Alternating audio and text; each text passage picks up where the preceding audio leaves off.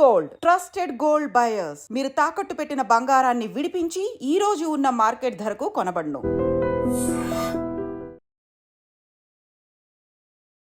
Hi hello నమస్తే, welcome back to our channel. నేను మీ వైషు. చట్టం చాలా వరకు న్యాయంగా పనిచేస్తుంది, రెండు కళ్ళు అట్లానే ఉంటాయి, కళ్ళేం మూసుకుపోలేదు, చట్టం ఎవరికి చుట్టం కాదు అంటుంటారు. మరి దాంట్లో ఎంతవరకు నిజం ఉంది, సామాన్యులకి చట్టం గురించి ఎంతవరకు తెలిస్తే వాళ్ళకు ఉపయోగపడుతుంది, ఈ విషయాలు మాట్లాడడానికి ఈరోజు నాతో పాటు అడ్వకేట్ నరేష్ గారు ఉన్నారు. సార్తో మాట్లాడదాం. హలో అండి. హలో అండి. డబుల్ రైడ్ జరిగితే కూడా అప్పటికప్పుడు వాళ్ళు డబ్బులు తీసుకోకుండా అక్కడెక్కడో ఉండే బొరుగుల మిక్చర్ షాప్ వాడికి వాడి దగ్గర ఉండే ఫోన్పే స్కానర్కి 1000 రూపాయలు వేయండి, మిమ్మల్ని పంపించేస్తాము, లేదంటే ఇప్పుడు మీరు మళ్ళీ అక్కడికి వెళ్ళాలి ఇక్కడికి వెళ్ళాలి చాలా ప్రాసెస్ ఉంటుంది అని చెప్పి చిన్నగా సైగలు చేసి చెప్తా ఉంటారు. అలాంటి సిచ్యువేషన్స్లో ఏం చేయాలి? ఇప్పుడు ఇవన్నీ కూడా ఇది ఒకటి. నేను ఏమంటున్నా అంటే కనుక మీరు ప్రాపర్గా డ్యూటీ చేస్తున్నారు కదా, వెల్ అండ్ గుడ్, అప్సెట్ చేస్తున్నాము, దాంట్లో ఎటువంటి డౌట్ లేదు. ఈ విధంగా ట్రిపుల్ రైటింగ్ వితౌట్ హెల్మెట్, కార్లో కూడా పక్కన వ్యక్తి సీట్ బెల్ట్ పెట్టుకోకపోతే, ఇవన్నీ అంటే మోటార్ వెహికల్ రూల్స్ లో ఏవైతే కనుక వైలేషన్స్ అన్ని ఉన్నాయో, వీటికి ఎంత అని చెప్పి చలాన్లు ఉన్నాయో అది మీరు ఫాలో అవుతున్నారు. నేను ఏమంటున్నానంటే కనుక ఆ విధంగా ఎవరైనా వైలేషన్స్ పాల్పడితే మీ యొక్క అధికారం ఎంతవరకు, చలానా వేసేంత వరకే. ఒకవేళ అతను కట్టలేదు అనుకోండి, నేను చెప్పిన ప్రొసీజర్ ఉంది కదా, అది ఫాలో అవ్వాలి. నేను ఇంకొకటి ఏమంటున్నా అంటే ఈక్వాలిటీ బిఫోర్ లా అన్నప్పుడు ఆర్టీసీ బస్ ఉంది కదండి, ఈ రోజు మనం చూస్తున్నాం కదా, మీరు మార్నింగ్ టైం కానీ ఈవినింగ్ టైం కానీ మధ్యాహ్నం కానీ చూసుకున్నట్లయితే కనుక ఫుడ్ బోర్డింగ్ చేస్తూ ఉంటారండి, హ్యాంగ్ అయితే ఉంటారు పిల్లలు ఇట్లా పట్టుకుని. అటువంటి ఆర్టీసీ బస్సు కూడా సీటింగ్ కెపాసిటీ ఉంటుంది, స్టాండింగ్ కెపాసిటీ ఉంటుంది. ఇప్పుడు 35 సీట్ కెపాసిటీ అనుకోండి, 35 సీట్స్ కూర్చునే కెపాసిటీ, సీటింగ్ కెపాసిటీ. దాంట్లో బస్సు యొక్క కెపాసిటీని బట్టి మాక్సిమం 40% వరకు స్టాండింగ్ కెపాసిటీ ఉంటుంది. అంటే ఒక 20 మందిని ఉంచవచ్చు, అంటే టోటల్ ఒక 55 మంది 60 మంది వేసుకోండి. ఒక బస్సులో 100 మంది 200 మంది ఏం చేస్తారంటే కనుక ఇట్లా బోర్డింగ్ చేసుకుంటూ వెళ్తూ ఉంటారు, అది వైలేషన్. ఆ విధంగా వెళ్ళినప్పుడు సంబంధించిన ఆర్టీఓ కానీ లేదు అంటే కనుక ట్రాఫిక్ అధికారి కానీ ఏం చేయాలి అంటే కనుక ఇమ్మీడియట్లీ ఆ బస్సుని అక్కడే సీజ్ చేయాలి, తక్షణం సీజ్ చేయాలి. అక్కడ సీజ్ చేసి ఈ యొక్క ప్రయాణికులు ఉంటారు కదా, వేరే ఆల్టర్నేటివ్ వెహికల్ వాళ్ళే ప్రొవైడ్ చేసి వీళ్ళని ఆ వెహికల్లో పంపించాలి. ఆ యొక్క బస్సు అధికారి ఎవరైతే అంటే ఓనర్ ఎవరైతే ఉంటారో అతని మీద ఫైన్ ఇంపోజ్ చేయాలి. This is the law. అలా జరుగుతుందా? జరగట్లేదు. ఎందుకంటే అడగట్లేదు. ఎందుకు అడుగురు అంటే మనకు అవసరం లేదా అంటే క్వశ్చన్ చేయడానికి భయపడుతున్నారని చెప్పుకోవచ్చు కదా. ఇప్పుడు ఎగ్జాక్ట్లీ అండి, point to be noted. Question చేయడానికి భయపడుతున్నారు. అన్నిటికీ భయపడుతున్నారండి. ఈరోజు సోషల్ మీడియాలో ఒక పోస్ట్ పెట్టండి, కింద కామెంట్లు చూడండి, ప్రశ్నించకుండా ఇన్ని కామెంట్లు పెడుతున్నారా అండి? అంటే పనికిమాలిన విషయాల మీద కామెంట్లు పెట్టడానికి ఉన్న ధైర్యము మీ జీవితాల్లో మీకు రావాల్సిన హక్కులు వయలేట్ జరుగుతున్నప్పుడు, ఉల్లంఘన జరుగుతున్నప్పుడు ఎందుకు క్వశ్చన్ చేయరు? డస్ మీన్ దాట్ మీకు అవసరం లేదు అవి. మీరు మీ జీవితంలో కోల్పోతున్న అవసరం లేదు. పక్కనోడు ఏం కావాలో మీకు కావాలి. ఇప్పుడు ఎవరికి పడుతుంది చెప్పండి? నా దాకా వచ్చింది అనుకోండి, అబ్సల్యూట్లీ నేను కొట్లాడతా, రైట్? నాకు అవసరం అది, నేను కొట్లాడతా. రాదు, వస్తే కొట్లాడతారు, బరాబర్ కొట్లాడతా. ఒకరితో నాకు సంబంధం లేదు, నా రైట్, నేను కొట్లాడతా. అలా అందరూ కొట్లాడరు, అవసరం లేదు, వదిలేశారు, పట్టించుకోవట్లేదు.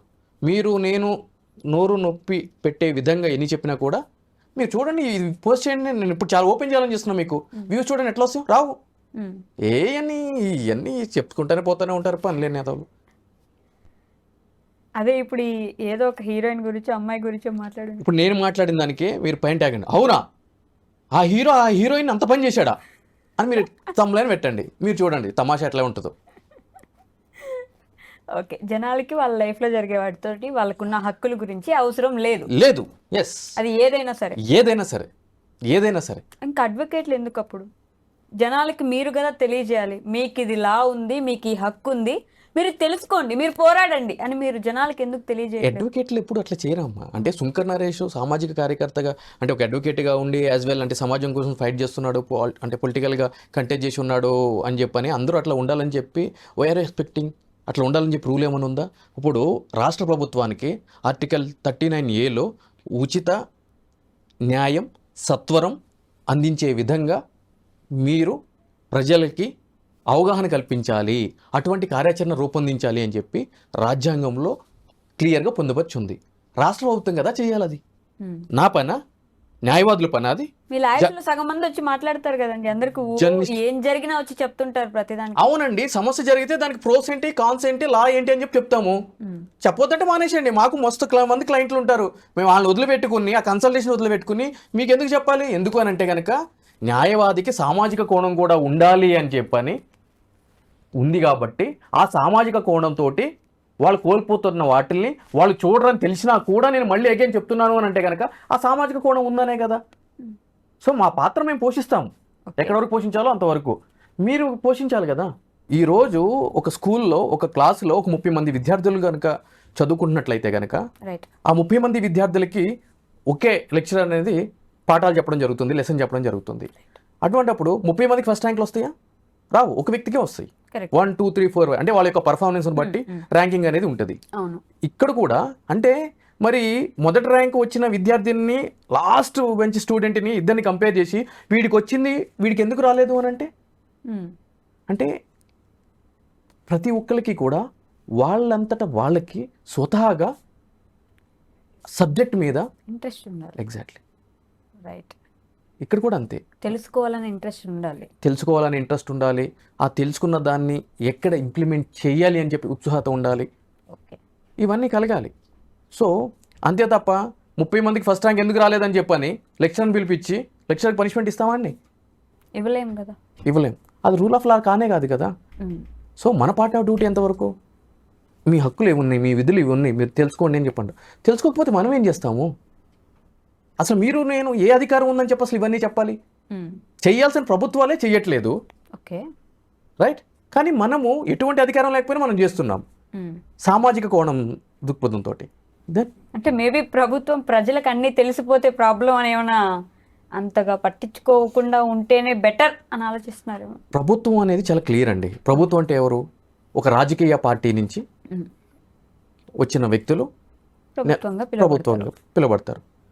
ప్రజలకు అన్నీ తెలిసినా కూడా అంటే ఏ నాయకుడు ఎటువంటి అవినీతి చేస్తున్నాడో ప్రజలకు తెలియదు అంటారా? తెలుసు.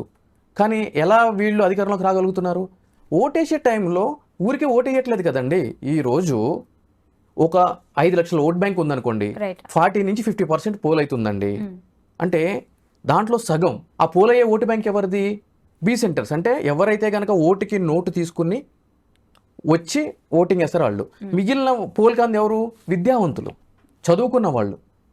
దౌర్భాగ్యం ఏంటంటే వాళ్ళు బయటకు చోటు వేయట్లేదండి. ఎందుకని? పలుపు. ఎందుకంటే నెల వచ్చేటప్పటికి నాకు ₹1,00,000 ప్యాకేజ్ వస్తుంది. ఈ నన్ను పీకేదే ఉందిరా, ఈ నాకు ఏం చేస్తాడు? నాకేమైనా ఫంక్షన్ ఇవ్వాలా ప్రభుత్వం? నాకు ఏమైనా ఫంక్షన్ తెచ్చుకునేది ఉందా? నాకేమైనా రేషన్ కార్డు కావాలా? నాకు ఉచితంగా ఏమైనా డబుల్ బెడ్రూమ్ ఇల్లు కావాలా? రైట్. అంటే ఇలా కూడా ఉంటుంది. వాళ్ళు వచ్చినా నాకు వచ్చేది లేదు, పోయేది లేదు, ఒరిగేది లేదు, ఏం అయ్యేది లేదు, నాకు ఎందుకు అసలు వాళ్ళతోటి. Correct, very good. ఇద్దరు వైఫ్ అండ్ హస్బెండ్ ఉంటారండి, ఇద్దరు ఐటీ ఎంప్లాయీస్, ఇద్దరు జాబ్ చేస్తారు, ఇద్దరు ఆఫీస్కి వెళ్తారు. వచ్చేటప్పుడు మెట్రోలో వైఫ్ని ఎవడో వెనక నుంచి గిల్లుతాడు. ఉంటారు కదా anti social elements, obviously teasing చేసేటోళ్ళు, గిల్లుతాడు. హస్బెండ్ ఏం చేస్తాడు?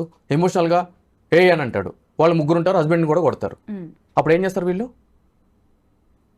కంప్లైంట్ ఇవ్వాలి. ఎగ్జాక్ట్లీ. ఏం చేయాలి? కంప్లైంట్ ఇవ్వాలి. ఎక్కడ ఇవ్వాలి? పోలీస్ స్టేషన్లో ఇవ్వాలి. పోలీస్ స్టేషన్ ఇచ్చినప్పుడు ఏమవుతుంది? పోలీసు వాళ్ళు కంప్లైంట్ తీసుకుంటారు, ఎఫ్ఐఆర్ రిజిస్టర్ చేస్తారు. ఎవరైతే కనుక ఆ క్రైమ్ చేశారో వాళ్ళని పట్టుకుని వస్తారు, జైలుకి పంపిస్తారు. ఎందుకు చేయాలి మీకోసం ఈ పని? మీరెవరు?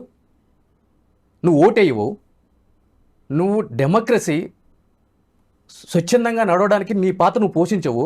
అసలు నీకెందుకు నేను కంప్లైంట్ తీసుకోవాలి? నేను ఎందుకు ఎఫ్ఐఆర్ చేయాలి? నీ కుటుంబ సమస్యని రాష్ట్ర సమస్య కింద ఎందుకు ట్రీట్ చేయాలి చెప్పండి. Now tell me. చేస్తున్నారు కదా, అంటే ప్రభుత్వమే కదా, ప్రభుత్వం ఆధీనంలోనే నడుస్తున్నాయి. దట్ ఈస్ కాల్డ్ డెమోక్రసీ కదా. అదే ప్రభుత్వం మన ఇంట్లో ఏదైనా ప్రాబ్లం వచ్చి వెళ్తే రోజులు నెలలు సంవత్సరాలు తిప్పించి అప్పుడు నిర్లక్ష్యం చేసినప్పుడు ప్రత్యామ్నాయం ఉంది కదా అదే ప్రభుత్వంలో. ఈ రోజు ఒక పోలీస్ అధికారి కంప్లైంట్ తీసుకోకపోతే పై అధికారికి ఫిర్యాదు చేయమని చెప్పని ఉంది, పై అధికారి కూడా స్పందించకపోతే కోర్టుకు వెళ్ళమని చెప్పని ఉంది. మరి అదే ప్రభుత్వంలో కదా ఇవన్నీ పొందుపరిచి ఉన్నాయి ఆల్టర్నేటివ్స్. అదే రాజరికం అయితే అక్కడ కంప్లైంట్ తీసుకోకపోతే అంతే కథం, నీకు నీ రైట్ ఫ్యూటైల్, నువ్వు కూర్చో ఇంట్లో. అలా లేదు కదా. సో అంటే ఇక్కడ ఏం జరుగుతుందంటే చదువుకున్న వాళ్ళు కూడా మూర్ఖులుగా ఆలోచిస్తున్నారు. అంటే వాళ్ళకి తెలిసిందే న్యాయం, జస్టిఫికేషన్ ఇదే, నేను ఆలోచించేదే కరెక్ట్. నేను ట్యాక్సీలు కడుతున్నా తీసుకుపోయి వాళ్ళ వరకు 9 కట్టిన ట్యాక్సీలతోటి వాళ్ళకి ఫ్రీ బీస్ ఇవ్వడం ఏంటి? నువ్వేం చేయాలి? క్వశ్చన్ చేయి. సరే నీ గ్రీవెన్స్ ఉంది, క్వశ్చన్ చేయి. రైట్. ఇప్పుడు సినిమా టికెట్కి వెళ్తారు, కొత్త సినిమా రిలీజు బుక్ మై షోలో 10 రోజుల ముందు ఓపెన్ చేశారు, నాకెందుకు టికెట్ దొరకదు? అమ్ముకుంటున్నారు వీళ్ళు. నీకు ఎంటర్టైన్మెంట్లో క్వశ్చనింగ్ వస్తుంది. బుక్ మై షోలో టికెట్ దొరకపోతే నీకు ఆవేశం వస్తుంది. మరి నీ రైట్స్ వచ్చేటప్పటికి లేదే ఆవేశం. యా, అంటే అది ఎంటర్టైన్మెంట్, యువత మేము, మాకు అది ఇంట్రెస్ట్ ఎక్కువ. ఇవన్నీ మాకు అవసరం లేని పనులు లేదు పోతా కదా, ఉంటాయి. ప్రభుత్వానికి కూడా మీరు అవసరం లేదు. అందుకని ప్రభుత్వానికి కూడా మేము అవసరం లేదు. మీరు అలా చేసినంత కాలం ప్రభుత్వం కూడా అట్లానే చేస్తుంది. నిజంగా ప్రస్తుతం ఉన్నటువంటి సమాజం దేనికి ప్రయారిటీ ఇస్తుంది? ఆర్థిక సంబంధాల చుట్టూ మాత్రమే తిరుగుతోంది. మళ్ళీ ఎన్నికలు అనగానే చాలా విరక్తి కలుగుతాను. మంచి అనిపిస్తుంది కదా, లేడీస్ కూడా ఛాలెంజింగ్ జాబ్స్ చేసినప్పుడు చాలా బాగుంటది. ట్రాఫిక్ అసిస్టెంట్స్ గా నియమించిన ట్రాన్స్జెండర్స్ అందరితో సాల్యూట్ చేయించుకుంటున్నారు. ఫుడ్ డెలివరీ ఇవ్వటానికి వెళ్ళినటువంటి డెలివరీ బాయ్ అనిల్ పై కళ్ళ ముందు